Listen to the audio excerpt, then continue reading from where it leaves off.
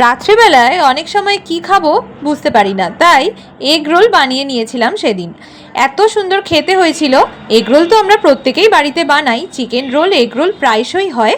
তবে চলুন দেখে নিই এগ রোলটা কীভাবে বানানো হয়েছিল।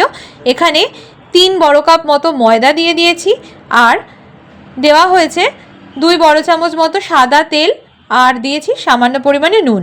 ময়ানটা দিয়ে ভালো করে মেখে নেবেন আর একটু শক্ত করে মাখবেন।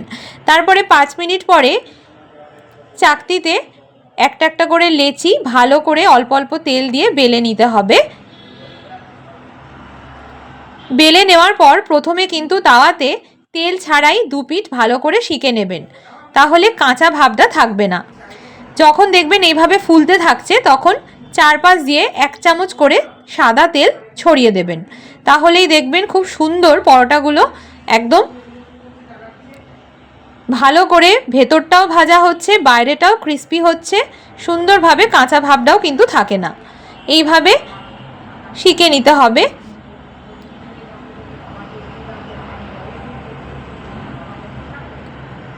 একটু গোল্ডেন ব্রাউন হয়ে গেলেই কিন্তু এটা একদম তুলে নেব। এইভাবে প্রত্যেকটা পরোটা যেরকম আমরা ভাজি, তবে বেশি ফ্রাই করব না, হালকা ফ্রাই করব। আর ভেতরটা কিন্তু সুন্দর করে যাতে হয়ে যায় তার জন্য একটু সময় নিয়ে করতে হবে। এরপরে পরোটাগুলো তুলে রেখেছি। এখানে আমি 4 থেকে 5টা মতো ডিম দিয়েছি, কারণ যেরকম পরোটার কোয়ান্টিটি সেই অনুযায়ী ডিম দেওয়া হয়েছে। ডিমগুলোতে সামান্য একটু নুন আর গোলমরিচ দিয়ে ভালো করে ফেটিয়ে নেওয়া হয়েছে। তারপরে 1 চামচ মতো সাদা তেল দিয়ে ডিমের সামান্য একটু গোলা ছড়িয়ে নিতে হবে। এরপরে যে পরোটাটা ভেজে রেখেছিলাম সেটা ওপর দিয়ে দিয়ে দেব।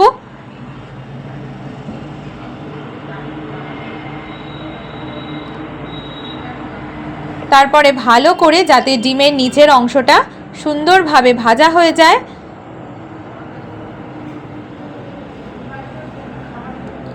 তার জন্য একটু 1 মিনিট মতো ওয়েট করে এটা উল্টে দেব। ব্যাস, এরপরে একটা কাগজ স্কোয়ার মাপের কেটে নেব।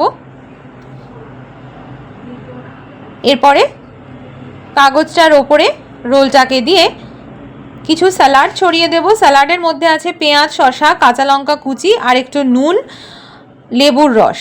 যদি লেবুর রস না থাকে আপনারা চাট মশলা বা আমচুর পাউডারও দিতে পারেন। আর এটা আমি সস ছাড়া বানিয়েছি, আপনারা চাইলে সস দিয়েও বানাতে পারেন। আমি সাধারণত রেড চিলি সস আর টমেটো কেচাপ এই দুটোর মিশ্রণেই সসটা দিয়ে থাকি, তাহলে কিন্তু অসাধারণ খেতে লাগে। আর যারা সস পছন্দ করে না, উইদাউট সস বাচ্চাদেরকেও দিতে পারেন, শুধু স্যালাডের সাথে পরিবেশন করতে পারেন। আপনারা কিভাবে এগরোল বানান আমার সাথে শেয়ার করতে ভুলবেন না। সবাই ভালো থাকবেন, সুস্থ থাকবেন আর খেতে থাকুন, এনজয় করুন। আবার দেখা হবে নতুন কোনো রেসিপি নিয়ে। টাটা।